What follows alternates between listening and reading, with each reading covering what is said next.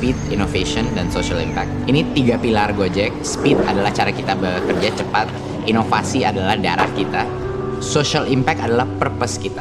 Dan purpose kita adalah dampak sosial kepada seluruh negara Indonesia. Karena sekarang semua yang ada akses dengan smartphone, kami bisa membuka akses kepada mereka untuk dunia digital agar mereka bisa lebih sejahtera. Pada tahun 2011 masih sedikit lah smartphone yang menggunakan aplikasi. Ya, jadi Gojek pemesanannya dilakukan lewat call center, di mana customer kita akan pesan lewat telepon. Setelah di-input satu-satu kita teleponin. Jadi dulu dari saat pemesanan sampai itu mungkin bisa setengah jam sampai 45 menit. Sekarang rata-rata dispatch time kita mungkin bisa dibilang sekitar 20-30 detik.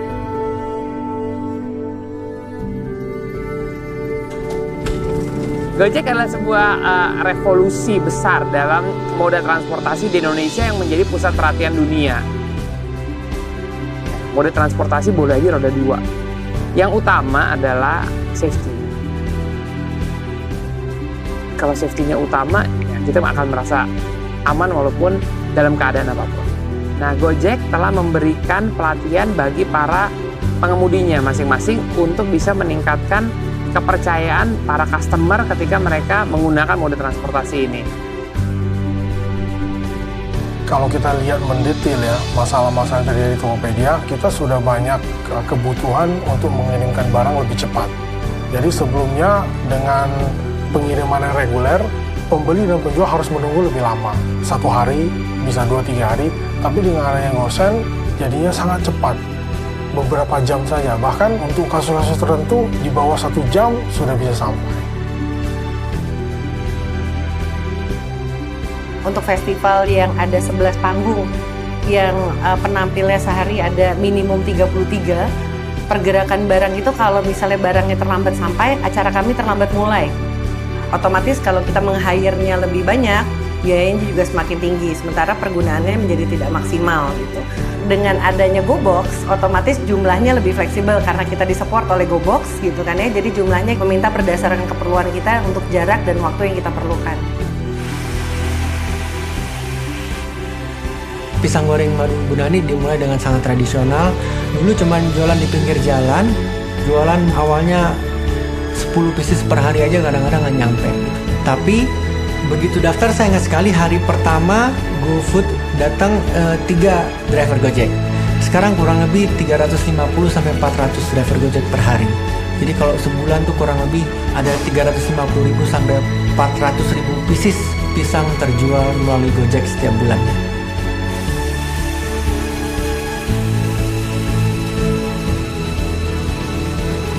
GoFood is feeding me every day. Nggak ada satu hari pun di mana saya nggak order GoFood.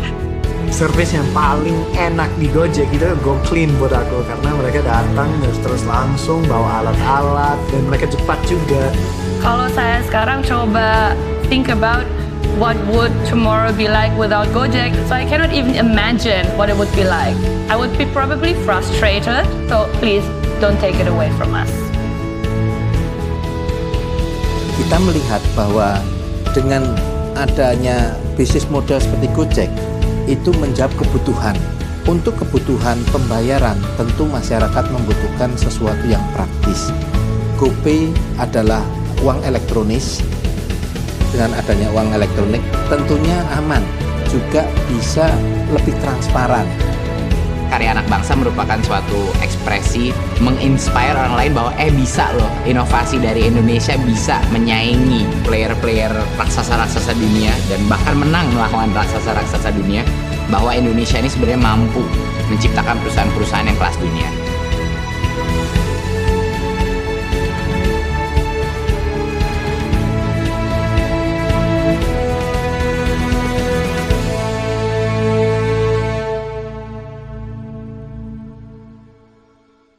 Assalamualaikum warahmatullahi wabarakatuh.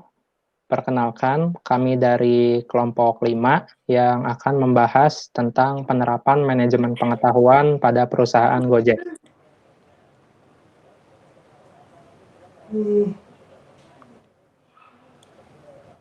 Berikut adalah daftar anggota kelompok kami. Yang pertama ada saya sendiri, Hanan Sarais. Selanjutnya ada saya, Philip Febianti. Selanjutnya ada saya, Pasca Aprilia. Selanjutnya ada saya, Septi Putri. Selanjutnya saya, Deovaldo. Dan terakhir ada saya, Alfandi Astrio. Baik, selanjutnya saya akan menjelaskan tentang profil company dari PT Gojek Indonesia. PT Gojek Indonesia merupakan karya anak bangsa yang terdiri pada tahun 2010 di Jakarta.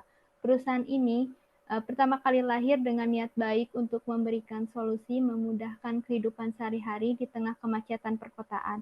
Kala itu, seorang pemuda kreatif yang bernama Nadiem Makarim mempunyai pemikiran untuk membuat bisnis transportasi ojek dikarenakan ia sering menggunakan jasa ojek tersebut. Karena kebiasaannya, Nadiem Makarim menemukan ide untuk dapat menciptakan sarana agar jasa transportasi ojek lebih kreatif dan efisien. Perusahaan ini bekerja dengan menghubungkan ojek dengan penumpang ojek, di mana sebelumnya tukang ojek lebih banyak menghabiskan waktunya untuk menunggu penumpang. Awal peluncurannya, Gojek hanya melayani lewat call center saja dan hanya melayani pemesanan ojek di wilayah Jakarta. Tetapi pada tahun 2015, Gojek mulai berkembang dan membuat aplikasi Gojek dengan sistem tertata rapi. Dengan aplikasi ini, penggunaan ojek dapat digunakan mudah memesan ojek secara online, membayar secara kredit, dan mengetahui keberadaan driver yang akan menjemput para pemesan.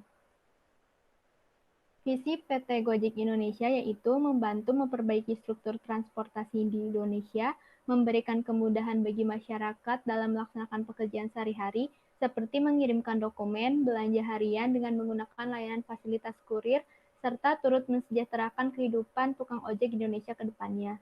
Misi dari PT Gojek Indonesia yaitu yang pertama menjadi acuan pelaksanaan kepatuhan dan tata kelola struktur transportasi yang baik dengan menggunakan kemajuan teknologi.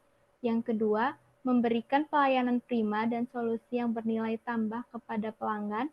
Yang ketiga, membuka lapangan kerja selebar-lebarnya bagi masyarakat Indonesia. Yang keempat, meningkatkan kepedulian dan tanggung jawab terhadap lingkungan dan sosial. Dan yang terakhir, menjaga hubungan baik dengan berbagai pihak yang terkait dengan usaha ojek online.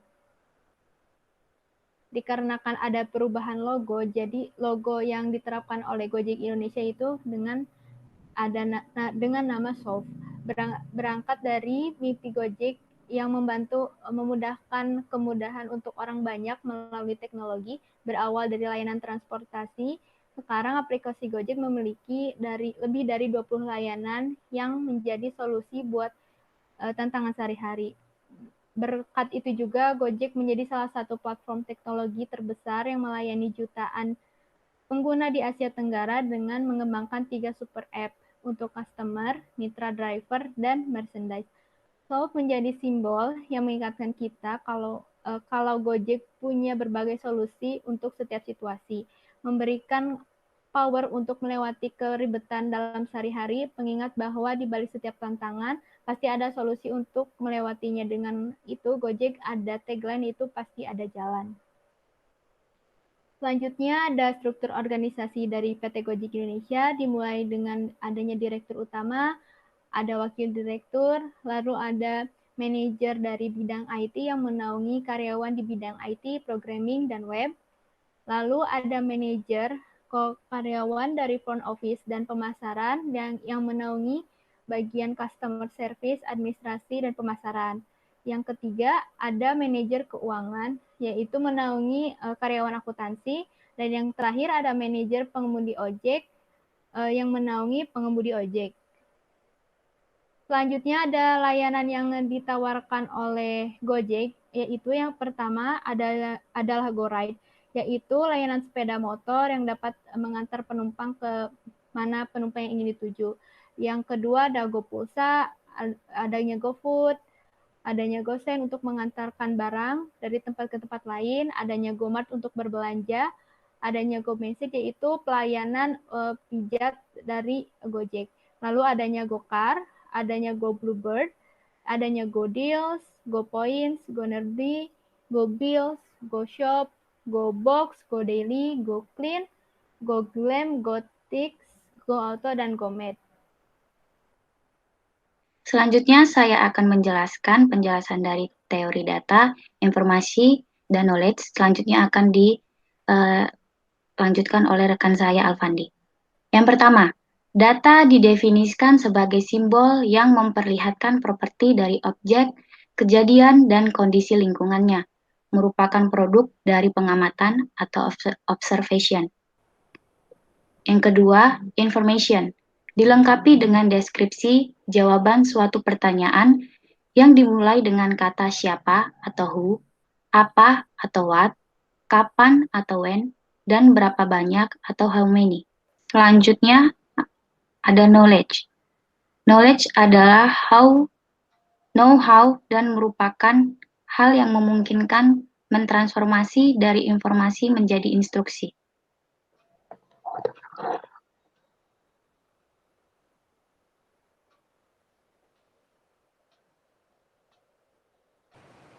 Terus selanjutnya ada wisdom, di mana wisdom adalah kemampuan meningkatkan efektivitas.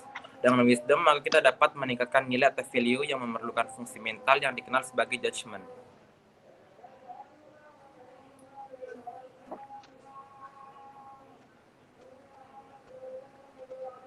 Terus data, informasi, dan knowledge menurut adalah bagian masa lalu, karena hanya beberapa dengan apa yang sudah terjadi atau yang diketahui.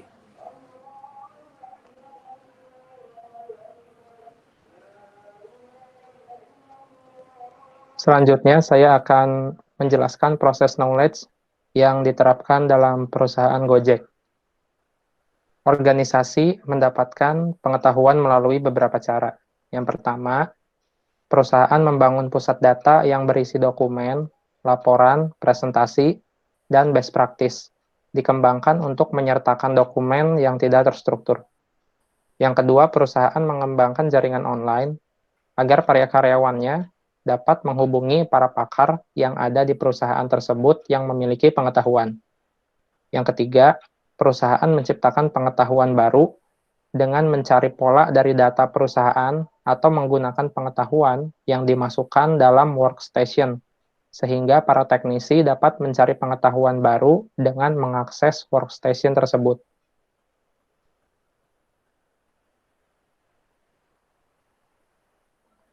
Selanjutnya ada penyimpanan pengetahuan. Umumnya melibatkan proses pembuatan basis data.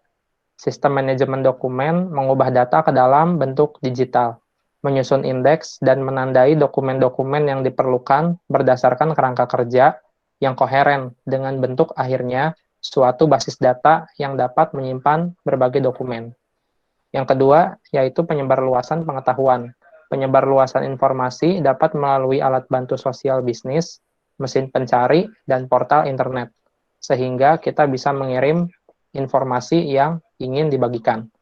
Berikutnya ada penerapan pengetahuan, yaitu pengetahuan yang baru harus dibangun dalam suatu perusahaan dan sistem aplikasi kunci, meliputi penerapan perusahaan untuk mengelola proses bisnis internal yang utama serta hubungan dengan pelanggan dan pemasaran.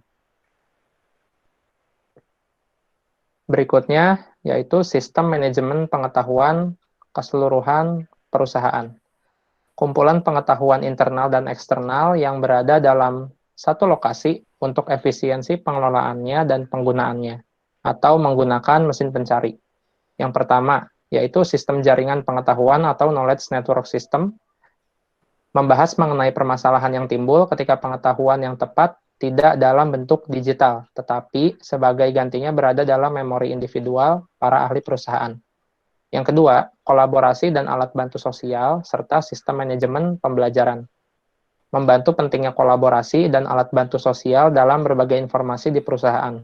Social bookmarking memudahkan untuk mencari dan berbagi informasi dengan memungkinkan penggunanya untuk mengamankan laman web dengan kata kunci. Selanjutnya adalah sistem kerja perusahaan. Pekerja pengetahuan biasanya memiliki tingkat pendidikan yang tinggi, memiliki keanggotaan di organisasi profesional, dan biasanya diminta untuk melakukan penilaian sebagai aspek rutin dari pekerjaan mereka. Pekerja pengetahuan melakukan 3 peran kunci yang sangat penting bagi organisasi dan untuk manajer yang bekerja dalam organisasi. Yang pertama yaitu menjaga aliran pengetahuan dalam perusahaan seiring dengan perkembangan perusahaan. Yang kedua, bertugas melayani sebagai konsultan internal mengenai pengetahuan khusus mereka dalam berbagai perubahan yang terjadi dan kesempatan yang muncul. Dan yang terakhir, bertindak sebagai agen perubahan, mengevaluasi, merintis, dan mendukung proyek-proyek perubahan. Contohnya yaitu pada perusahaan Gojek terdapat computer aided design. Mereka itu bertugas untuk membuat proses penciptaan dan revisi rancangan menjadi otomatis dengan menggunakan komputer dan grafis yang rumit, yaitu virtual reality system.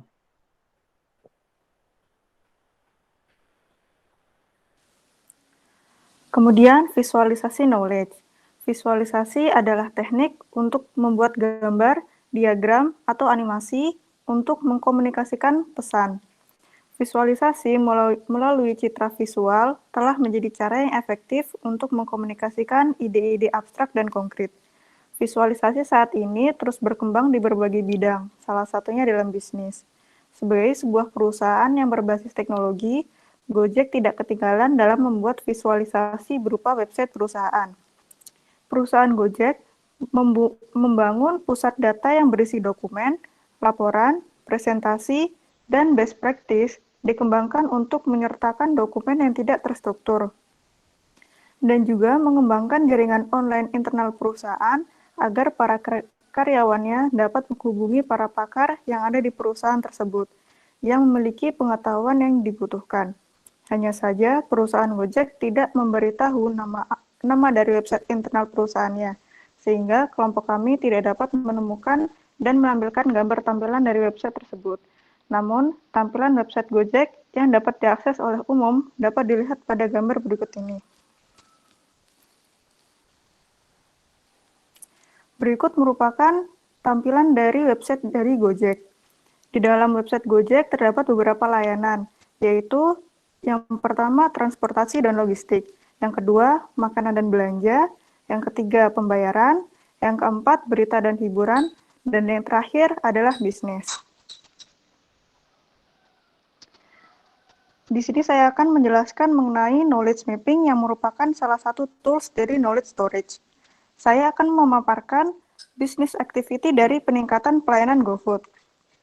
Knowledge mapping menurut Willem Olaf Hudsane adalah pemetaan pengetahuan tentang membuat pengetahuan yang tersedia dalam organisasi yang transparan dan tentang memberikan wawasan tentang kualitasnya. Di knowledge mapping ini terdapat beberapa bagian. Yang pertama yaitu strategic activity, yang kedua important knowledge, yang ketiga implicit, dan yang keempat adalah tacit knowledge. Pada strategi activity terdapat 5 strategi, yaitu strategi pertama, mengoptimalkan mitra GoRide sebagai kurir. Yang kedua, fokus pada keberhasilan dan kesehatan makanan. Yang ketiga adalah mengoptimalkan GoPay sebagai transaksi yang aman. Yang keempat, fokus pada keamanan dan kecepatan proses. Yang kelima, pemanfaatan teknologi UI dan UX. Pada important knowledge terdapat beberapa bagian, yaitu yang pertama, adanya survei atau tim yang mengkaji kebutuhan pelanggan.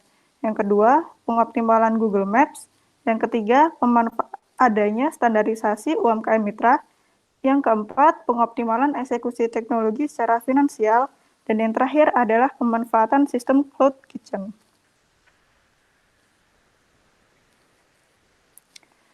Pada explicit knowledge, di sini saya akan menjelaskan mengenai berita mengenai pelayanan GoFood yang merupakan salah satu fitur yang unggul.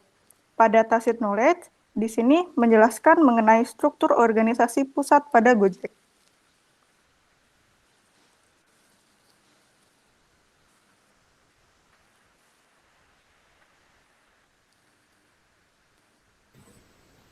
Selanjutnya saya akan menjelaskan mengenai decision table oleh perusahaan Gojek. Decision table atau tabel keputusan adalah tabel yang digunakan sebagai alat bantu untuk menyelesaikan logika dalam program. Di sini saya akan menjelaskan mengenai decision table dari contoh layanan Gojek yang paling sering digunakan, yaitu adalah GoRide, GoCar, GoSend, dan GoFood. Yang pertama decision table GoRide.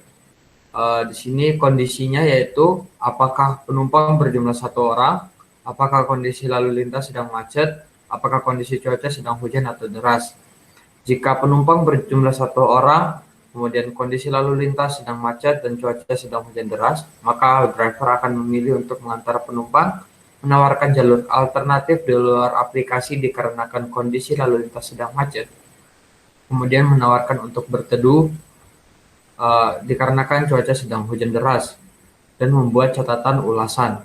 Kemudian jika kondisi penumpang berjumlah 1 orang, kondisi lalu lintas sedang macet, namun kondisi cuaca sedang tidak hujan, maka driver akan memilih untuk mengantar penumpang, menawarkan jalur alternatif di luar aplikasi dikarenakan kondisi lalu lintas sedang macet, kemudian menawarkan jas hujan atau tidak menawarkan jas hujan dan membuat catatan ulasan.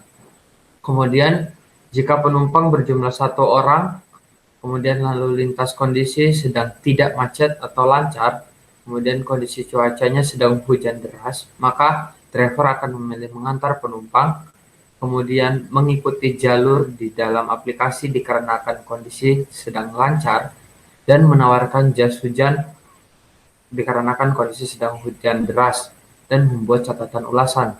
Kemudian jika penumpang berjumlah 1 orang, namun kondisi lalu lintas sedang lancar, dan kondisinya sedang hujan deras, maka driver akan memilih untuk mengantar penumpang, mengikuti jalur di dalam aplikasi, dan membuat catatan ulasan. Jika kondisi penumpang berjumlah 1 orang atau tidak berjumlah 1 orang atau lebih dari 1 orang, maka driver akan memilih untuk tidak mengantar penumpang atau menolak pesanan, kemudian menawarkan untuk memesan layanan lain atau GoCar.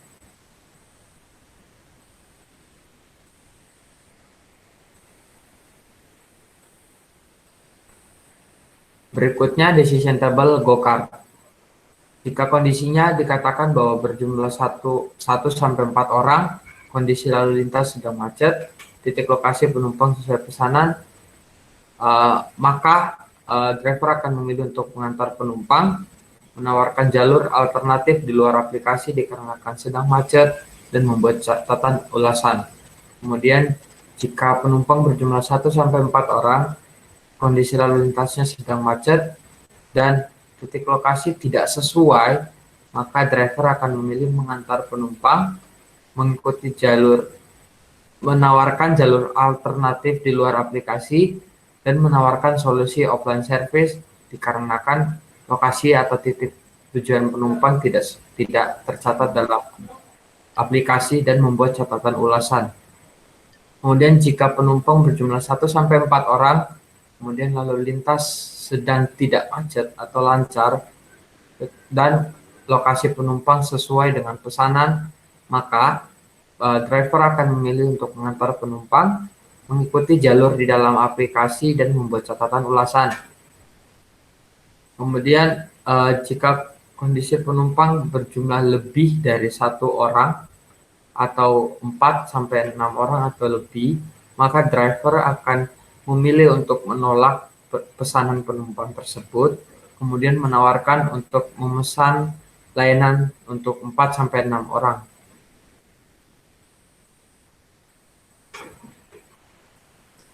Kemudian decision table untuk layanan GoFood. Di sini kondisinya yaitu apakah saldo driver mencukupi, apakah pesanan masih tersedia, dan apakah ada biaya tambahan pada pesanan.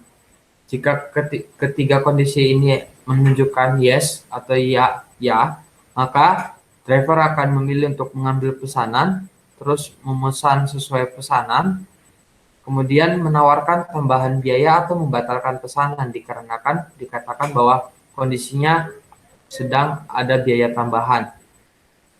Jika kondisi saldo driver mencukupi, kemudian pesanan masih tersedia namun tidak terdapat biaya tambahan atau biasanya dikatakan ini adalah kondisi normal, maka driver akan mengambil pesanan, memesan sesuai pesanan, dan membeli pesanan sesuai harga. Kemudian jika saldo driver mencukupi, pesanan tidak tersedia atau habis, dan juga ada biaya tambahan, maka driver akan memilih mengambil pesanan, menawarkan menu lain, atau membatalkan pesanan karena pesanan atau menu sedang habis atau kosong. Kemudian menawarkan tambahan biaya atau membatalkan pesanan dikarenakan adanya biaya tambahan. Kemudian jika kondisi saldo driver mencukupi, namun pesanan tidak tersedia, tetapi tidak ada biaya tambahan, maka driver akan mengambil pesanan, menawarkan menu lain, dan membeli pesanan sesuai harga. Jika dikatakan bahwa saldo driver tidak mencukupi, maka driver akan memilih untuk menolak pesanan dan menawarkan untuk memesan ulang pada driver lain.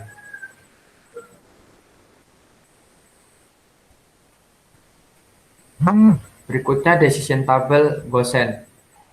Kondisi dalam decision table di sini yaitu apakah paket atau barang memenuhi syarat, apakah pelanggan membayar dengan metode cash, kemudian apakah alamat tujuan sesuai dengan aplikasi.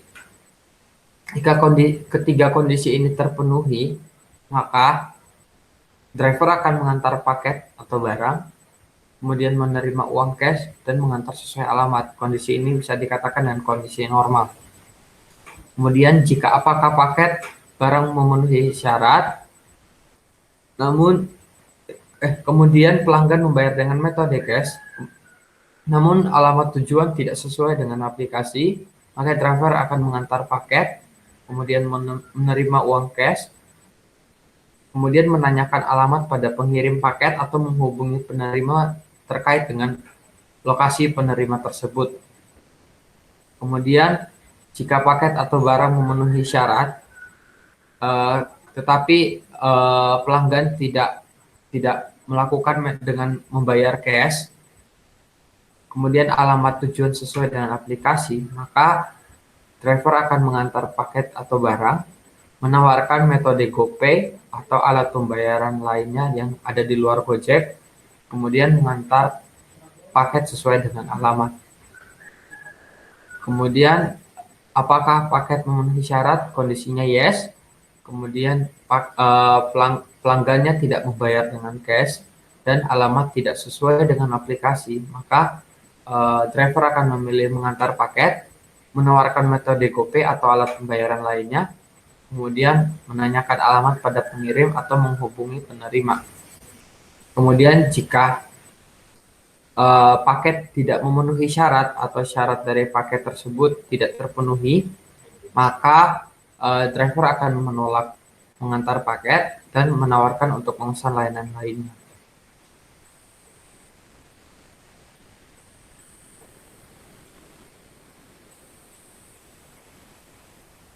Oke, selanjutnya ada decision tree, di mana decision tree ini adalah masalah yang akan dipulihkan oleh Gojek, itu dengan cara mereka sendiri. Di mana ada masalah yang pertama meningkatkan kesejahteraan dan menciptakan efisiensi pasar, di mana Gojek melakukan 3 hal.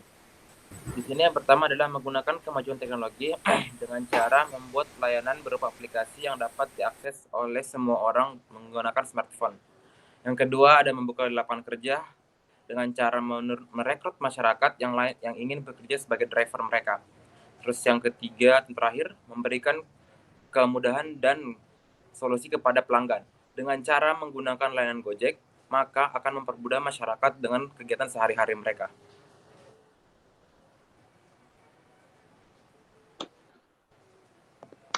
Berdasarkan pemaparan yang sudah disampaikan, kelompok kami mengambil kesimpulan sebagai berikut. Gojek Indonesia merupakan karya anak bangsa yang pertama kali didirikan oleh Nadiem Makarim pada tahun 2010 di Jakarta. Gojek adalah perusahaan berjiwa sosial yang memimpin revolusi industri transportasi ojek.